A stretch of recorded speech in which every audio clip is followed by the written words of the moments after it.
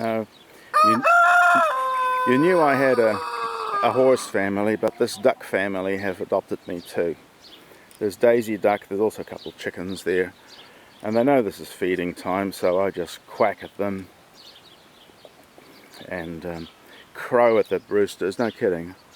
When I've got the confidence and the focus, I'll do that. I'll show you. And they all come a running. They're kind of expecting it anyway. There they all are. We're approaching sunset. There's my duck family of 7, mother duck and the 7 dwarves.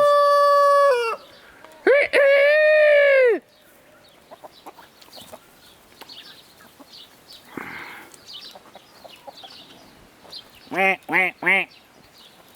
Quack, quack, quack, quack, quack. Quack, quack, quack. Okay, here we go.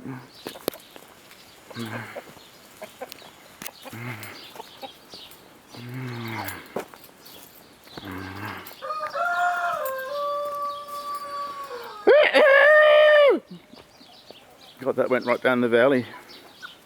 I must think there must be a chicken the size of a moa running around here. Anyway, here we go. And here's some lovely pieces of hedge trimming. This is